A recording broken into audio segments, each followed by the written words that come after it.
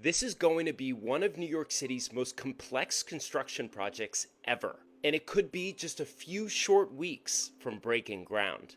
I am, of course, talking about the NYCHA revitalization project happening in Chelsea, Manhattan, that will transform 18 buildings on two separate campuses. This is a wild project in which every one of these buildings will be demolished and rebuilt, all while the current residents remain living on site. This is the first project of its kind for NYCHA in New York City, testing whether a public-private partnership can work to rebuild public housing at scale. The exact plan is bold yet simple. Tenants will move out of one building at a time into existing buildings with additional capacity. The empty building will then be demolished, and a much larger NYCHA building will be built in its place, large enough to accommodate all the NYCHA residents of these next four buildings, which again will be demolished and rebuilt into larger NYCHA buildings. Then the process will continue until all the buildings on campus will have been rebuilt into much larger versions of their previous self. But here's the thing,